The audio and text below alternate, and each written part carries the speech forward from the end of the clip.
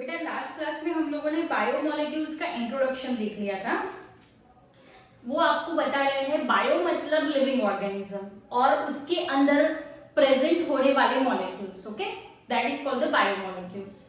ये बायोमोलिक्यूल्स को भी अगर मैं ब्रेक कर रही हूँ तो मुझे मिल रहा है एटम्स। दैट इज मतलब हमें पता है केमिस्ट्री में कि group of atoms form molecules. ठीक है, सो उन्होंने समझा है कि हम लोग लिविंग ऑर्गेनिज्म के अंदर जो स्ट्रक्चर देख रहे हैं that is more commonly protein. जो लास्ट क्लास में देखा हम लोगों ने कि हमारे पास जो प्रोटीन है उसमें ज्विटर इफेक्ट होती है। प्रोटीन का जो बेसिक यूनिट है वो एमिनो एसिड है और ये एमिनो एसिड के अंदर हमारे पास है दैट इज कार्बोक्सिल ग्रुप है, हमारे पास फंक्शनल ग्रुप एंड एक एमिनो ग्रुप है। ठीक है, और उसके डिफरेंट एग्जांपल्स हम लोगों ने कंप्लीट किए।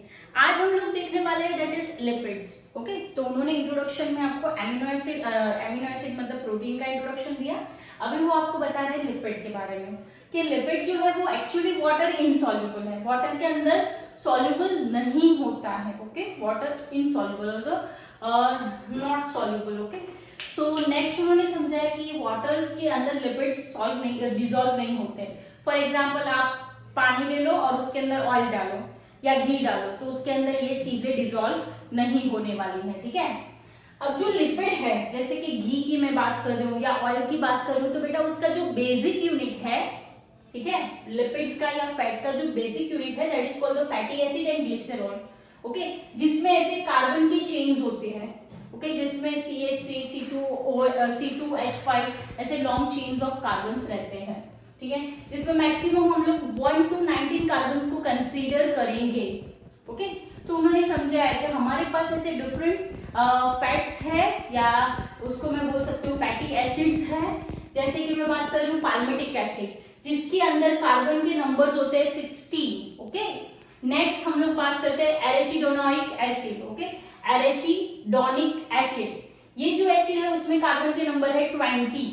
ठीक है, और ये क्या है, फैट्स का एक टाइप है। क्यों मैं बोल रही हूँ फैट्स, तो फैट्स में मैंने आपको बताया फैटी एसिड और ये फैटी एसिड के ये दो टाइप। ठीक है, नेक्स्ट हम लोग बात कर रहे हैं कि जो हमारे पास एसिड्स है, फैटी एसिड्स जो है उसमें हो सकते हैं सैचुरेटेड एंड अनसैचुरेटेड। सैचुरेटेड मतलब जिसमें कार्बन कार्बन के बीच में सिंगल बॉन्ड हो। ठीक है, जिसको आप कितना भी गर्म कर लो वो और कोई कंपोजिशन नहीं करेगा क्योंकि उन लोगों की वैलेंसी सैचुरेटेड है। मतलब अगर कार्बन की 4 वैलेंसी है तो हर एक सैचुरेटेड है। लेकिन इमेजिन करो कि यहाँ पे इसकी जगह पे मैं इसको यहाँ पे बॉन्ड बना देती हूँ दैट इज अनसैचुरेटेड। जिसमें double bond and triple bond हो that is called the unsaturated fatty acid और जिसमें सिंगल बॉन्ड हो that is called the saturated fatty acids. Okay, next उन्होंने समझाया कि हमारे पास जो सिंपल लिपिड है उसको हम लोग बोल सकते हैं ग्लिसरॉल। सिंपल लिपिड को क्या बोलेंगे, दैट इज ग्लिसरॉल। ओके, जिसमें होता है try hydroxy propane. Okay, next उन्होंने समझाया कि काफी सारी बार फैटी एसिड के साथ एस्टरिफाइड ग्लिसरॉल भी मिलता है। एस्टरिफाइड मतलब लॉन्ग चेन, एस्टरिफिकेशन मतलब long carbon chain. Okay, so fatty acid and glycerol का कॉम्बिनेशन बनके fatty acid glycerol, fatty acid glycerol ऐसे करके लॉन्ग चेन बनती है that is called the esterification. Okay, अब उन्होंने समझा कि हमारे पास एक ऐसा भी फैटी एसिड है या ऑयल है जो जिसका मेल्टिंग पॉइंट लो है। मतलब क्या, रूम टेम्परेचर में भी आप रखोगे तो वो लिक्विड में ही रहेगा। That is your gingery oil.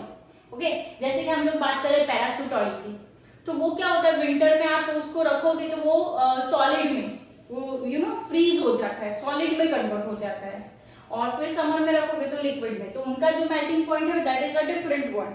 यहाँ पे हम लोग बात कर रहे हैं जिंजरी ऑयल तो वो रेगुलर रूम टेम्परेचर में भी लिक्विड ही रहेगा। ठीक है, नेक्स्ट उन्होंने समझाया कि मेरे पास ऐसे भी लिपिड्स है जिसमें फॉस्फोरस है। ओके, तो अब वो लिपिड जिसमें फॉस्फोरस है उसको मैं क्या बोलूंगी, फॉस्फोलिपिड्स। ओके, और ये फॉस्फोलिपिड्स हम लोगों ने किसकी कंपोजिशन में देखा था, that is cell membrane. Okay, cell membrane is made up of phospholipid bilayer. तो मतलब हमारे पास जो सेल मेम्ब्रेन है जो कि सिलेक्टिवली परमिएबल मेम्ब्रेन है वो किसकी बनी है, फॉस्फोलिपिड की। Okay, that is again cell membrane is called plasma membrane. Okay, अब उन्होंने समझा है कि हमारे पास और फॉस्फोलिपिड जैसा ही एक स्ट्रक्चर है that is called the lecithin. Okay, तो आपको एग्जाम में क्या पूछा जाएगा वो मैं बताती हूँ कि cell membrane is not made up of okay. और उसके अंदर आपको देंगे फॉस्फोलिपिड, लेसिथिन, फैट। तो देखो ये सारे क्या है, लिपिड्स के टाइप्स है, तो उसकी तो बनी है, ठीक है, लेकिन एक आपको प्रोटीन देंगे जिसकी बनी नहीं होती है। ऐसे करके एक क्वेश्चन आएगा आपको, ठीक है। तो ये याद रखना है, फॉस्फोलिपिड, लेसिथिन एंड फैट्स अगर दिया हो तो उसकी सेल मेम्ब्रेन बनी है। जो प्रोटीन आएगा वो मैं आपको नेक्स्ट में समझाती जाऊंगी। नेक्स्ट हम लोग बात करें nerve cells. Okay, nerve cell या फिर नर्वस टिश्यू की मैं बात करूं तो हम लोग को पता है कि नर्व सेल के अंदर मेरे पास एक एक्सोन है, ठीक है, और ये एक्सोन जो है उसके ऊपर भी फैट का एक शीट बना हुआ है, that is called the myelin sheath. Okay, myelin sheath. अब ये जो माइलिन शीट है that is again made up of lipid. क्यों यहाँ पे लिपिड की जरूरत है? It act as a insulator. मतलब अगर मैं आपको ऐसे जोर से चाटा लगाती हूं तो वही सेम इंटेंसिटी से आपके ब्रेन तक जाता है स्टिमुलस। क्यों? क्योंकि वो बीच में कहीं पे भी लीक नहीं होता है हमारा मैसेज। अगर ये माइलिन शीट डैमेज हुई तो उसमें से मैसेज जो होगा वो थोड़ा लीक हो जाएगा। उसकी वजह से क्या होगा, मैंने आपको थप्पड़ लगाया तो आपको लगा वो भी मैडम ने हाथ रखा। समझ में आ रहा है? तो ये myelin sheath act as a insulator, जो हम लोग नर्वस सिस्टम में पढ़ने वाले हैं, ठीक है। सो यहाँ पे हम लोगों ने लिपिड्स का जनरल आइडिया लिया। नेक्स्ट जो टॉपिक उन्होंने समझाया है दैट इज योर डीएनए और आरएनए। डीएनए एंड आरएनए का जो बेसिक यूनिट है that is nucleic acid. Okay, nucleic acid की मैं बात करूं, ओके, तो ये न्यूक्लिक एसिड के अंदर जो बेसिक यूनिट है, जैसे मैंने आपको बताया प्रोटीन का basic unit amino acid, fat या लिपिड का basic unit fatty acid and glycerol. Same मेरे पास जो डीएनए एंड आरएनए है उसका बेसिक यूनिट है न्यूक्लियोटाइड। टाइड मतलब तीन का कॉम्बिनेशन, इतना याद रखो, तीन का कॉम्बिनेशन में मतलब मैं ऐसा लिखूं कि 2 का कॉम्बिनेशन प्लस 1 का, 2 + 1 3 हो गया। ओके, सो यहाँ पे न्यूक्लियोटाइड में मेरे पास है nitrogen bases. Okay, first option, second that is pentose sugar, ऐसी शुगर जिसमें 5 कार्बन हो एंड फॉस्फेट ग्रुप। ओके, तो हमारे पास न्यूक्लियोटाइड है जिसमें nitrogen bases, pentose sugar and phosphorus group रहता है। अब बेटे ये नाइट्रोजन बेसिस में मेरे पास और 2 ऑप्शन हैं, एक होता है प्यूरिन एंड एक होता है पाइरिमिडिन। ओके, प्यूरिन जो कि प्योर है।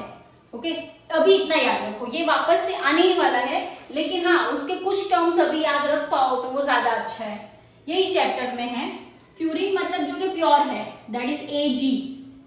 ओके, वो भी मैम, और ए अल्फाबेट का ए जो प्योर है। ओके, एंड पाइरिमिडिन है TC, टेक केयर। पाइरिमिडिन क्या है? Take care. ऐसे याद रखेंगे अपन, है ना। अब गोपी मैम है तो G एंड C के बीच में जो बॉन्ड होगा वो ज्यादा होगा, दैट इज ट्रिपल बॉन्ड, ठीक है, और A और T में डबल बॉन्ड होगा। बस इतना याद रखो, बाकी का हम लोग बाद में देखेंगे। ओके, तो फिर से मैं बात कर रही हूँ न्यूक्लिक एसिड या डीएनए आरएनए का जो बेसिक यूनिट है nucleotide. Nucleotide is made up of nucleoside plus phosphate.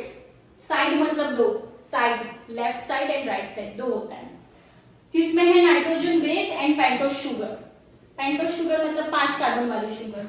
Nitrogen base अगर प्योर हुए तो दैट इज, अब भी ऐसा याद रखना, प्यूरिन एंड पाइरिमिडिन। ओके, प्यूरिन में आएगा Ag एंड पाइरिमिडिन में टेक केयर TC। ओके, लेकिन ये कॉम्बिनेशन ऐसे नहीं बनाएंगे, ये ऐसे कपल में रहेंगे, तो A और T के बीच में double bond, G and C के बीच में ट्रिपल बॉन्ड। ठीक है, यहाँ तक क्लियर है एवरीवन? ओके, इसके बाद जो आपको टेबल दिया हुआ है फैट्स एंड ये लेसिथिन का उन्होंने कंपोजिशन दिया है।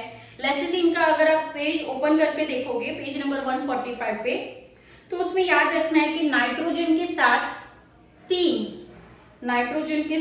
3 मिथाइल ग्रुप है दैट इज CH3, और वही एक आइडेंटिफाई करने वाला स्ट्रक्चर है जो आपको एक बार नीट में पूछा गया था।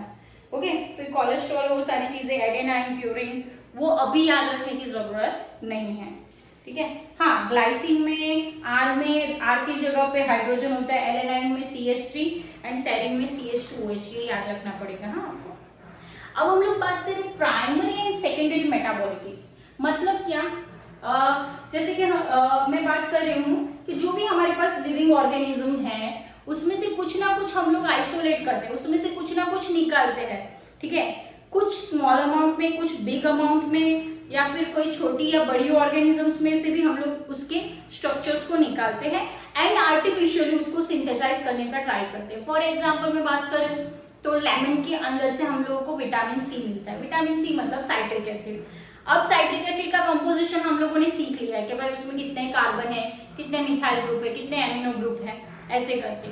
तो अब हम लोग साइट्रिक एसिड को आर्टिफिशियल भी बनाते हैं, ठीक है, जिसको हम लोग बोल सकते हैं सॉल्ट क्रिस्टल जैसा वो दिखता है। Clear?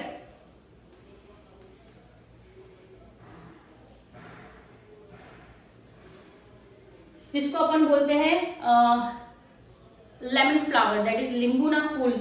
Okay, so that is actually artificially हम लोगों ने लैब में बनाया है। काफी सारे लोग उसको बोलते हैं कि हम लोगों ने ओरिजिनली कंपोज किया है। उसको क्या करते हैं कि लेमन के एक्सट्रैक्ट को निकाल देते हैं और फिर उसको सॉलिडिफाइड कर देते हैं, दैट इज इवापोरेशन प्रोसेस से उसका पानी निकाल देते हैं। वो भी एक मेथड है और आर्टिफिशियल भी हम लोग बना सकते हैं, ठीक है। अब हम लोग बात करें प्राइमरी एंड सेकेंडरी मेटाबॉलिटीज। तो यहाँ पे उन्होंने वही समझाया है कि अगर हम लोग बायोमोलिक्यूल्स का लिस्ट बनाए तो हमारे पास थाउजेंड्स ऑफ ऑर्गेनिक कंपाउंड है। ऑर्गेनिक कंपाउंड मतलब आपको तो अभी यहाँ पे 3 ही सिखा रहे हैं, that is protein, lipid and carbohydrates. Okay, so उन्होंने समझा है कि एमिनो एसिड, शुगर वो तो है ही, उसके अलावा भी बहुत सारे कंपाउंड्स हमारे पास है, ठीक है। फिर उन्होंने समझा है कि ये जो सारे ऑर्गेनिक कंपाउंड्स जो है, जो लिस्ट ऑफ बायोमोलिक्यूल्स है, उसको मैं बोल सकती हूँ मेटाबॉलिट्स। ओके, उसको मैं क्या बोलूंगी? मेटाबोलाइट्स। क्यों मैं मेटाबोलाइट्स बोलती हूँ? क्योंकि वो मेटाबॉलिक प्रोसेस में या मेटाबॉलिस प्रोसेस में वो हेल्प करते हैं। मेटाबॉलिज्म मतलब ब्रेकिंग डाउन या adding down process. Metabolism is the combination of anabolism and catabolism. Anabolism मतलब ऐड करना, कैटाबॉलिज्म मतलब ब्रेक करना, ठीक है। तो यहाँ पे उन्होंने समझा है कि उसको मैं मेटाबोलाइट्स भी बोल सकती हूँ। मतलब ऑर्गेनिक कंपाउंड बोलूँ, प्रोटीन शुगर बोलूँ, या बायोमोलिक्यूल्स बोलूँ या मेटाबोलाइट्स बोलूँ, सारी चीजें एक है यहाँ पे।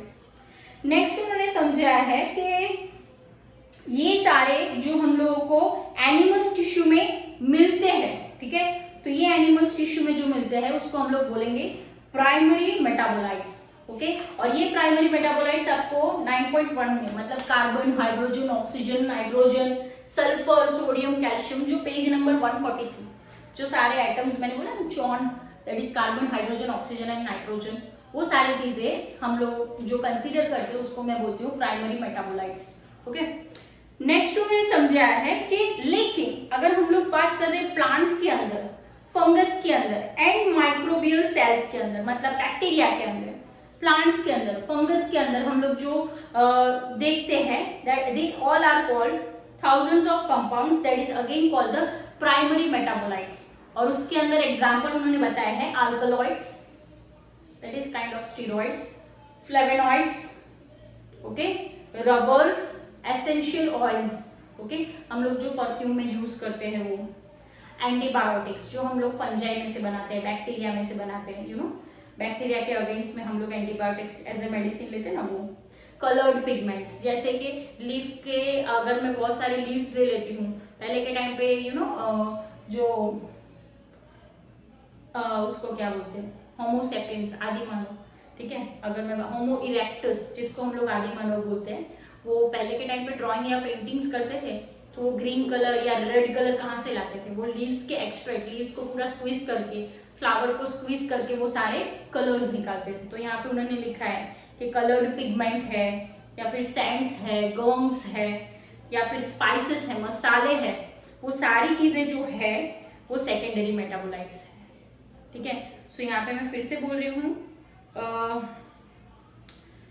उन्होंने समझाया है कि however when one analysis plant, fungal and microbial cell, one would see the thousands of compounds other than this primary metabolites। मतलब वो ऐसा बोल रहा है कि प्राइमरी मेटाबोलाइट्स मतलब आपको एनिमल्स के अंदर जो मिल रहा है वो, एनिमल्स के अंदर आपको carbon, hydrogen, oxygen, nitrogen, calcium, magnesium, सारी चीजें मिल रही है, they all are primary metabolites. Definitely वो सेल के अंदर, प्लांट सेल के अंदर भी है, लेकिन उसके अलावा मतलब ये सारी चीजें मैंने बोली, उसके अलावा भी कुछ हमारे पास मेटाबोलाइट्स है जिसको मैंने सेकेंडरी मेटाबोलाइट्स बोला है। और ये सारे जैसे कि अल्कलॉइड, फ्लेवॉइड्स, सैंड्स, परफ्यूम्स, जैसे मैं बात कर रही हूँ ऑयल्स, गम्स, रबर्स, ये सारी चीजें सेकेंडरी मेटाबोलाइट्स है। ठीक है। सो उन्होंने समझाया है कि while the primary metabolites have identifiable functions, मतलब जैसे कि मुझे पता है कि हाइड्रोजन का क्या, कार्बन का या फिर एमिनो एसिड्स का क्या फंक्शन है, वो आइडेंटिफाइबल फंक्शन कि भाई ये काम मसल्स को आपको स्ट्रॉन्ग करना है तो आपको प्रोटीन, एमिनो एसिड्स ही लेना है। Okay. And play known roles in a normal physiological process. Protein कैसे हमारी बॉडी में वर्क करता है, फैट कैसे हमारी बॉडी में वर्क करता है, कार्बोहाइड्रेट कैसे हमारी बॉडी में वर्क करते हैं, glucose that is Glucon D हम लोग पीते हैं, दैट प्रोवाइड्स इंस्टेंट एनर्जी, तो वो कैसे हमारी बॉडी में वर्क करते हैं वो हमें पता है। ओके। सो उन्होंने समझा है कि ये सारे फिजियोलॉजिकल प्रोसेस और वो जो प्राइमरी मेटाबोलाइट्स करते हैं वो हमें सब पता है, लेकिन जो सेकेंडरी मेटाबोलाइट्स है वो होस्ट ऑर्गेनिज्म के अंदर कैसे काम करते हैं, जैसे ये रबर, ये गम्स क्या काम करते हैं, तो कुछ चीजों का हम लोगों ने आइडेंटिफिकेशन निकाला है। जैसे कि प्लांट के अंदर से जो रबर निकलता है that is the excretory products, okay, for plants, जो हम लोग यूज करते हैं। वैसे बहुत सारे थाउजेंड्स ऑफ प्रोडक्ट्स हैं, उसमें से कुछ प्रोडक्ट का हमें फंक्शन पता है कि वो प्लांट में या फंगस में क्या करते हैं, कुछ प्रोडक्ट का हमें ढूंढना बाकी है। ठीक है। नेक्स्ट उन्होंने समझाया है कि ये सारी जो मेटाबोलाइट्स है, सेकेंडरी मेटाबोलाइट्स, वो ह्यूमन वेलफेयर के लिए तो बहुत ज्यादा इंपॉर्टेंट है। For example rubber, drugs, spices, मरी मसाले सारे, ओके, सिनेमॉन है, ठीक है, ब्लैक पेपर है, फिर चिली है, तो वो सारी चीजें हमारे लिए बहुत इंपॉर्टेंट है। सैंड्स है, ठीक है, पिगमेंट्स है फॉर कलर, नेचुरल कलर, तो ये सारे हम लोगों को इंपॉर्टेंट है। इकोनॉमिकली भी वो हम लोगों को बहुत हेल्प करते हैं। Economically that is related to money, ecology that is related to environment. Okay, जो हम लोग पीछे जो इकोलॉजी वाला चैप्टर है उसमें पढ़ने वाले। ठीक है, यहाँ तक क्लियर एवरीवन। नेक्स्ट टॉपिक में हम लोग बायो मैक्रोमोलेक्यूल्स देखेंगे और साथ में प्रोटीन्स कंप्लीट करेंगे। ठीक है, थैंक यू।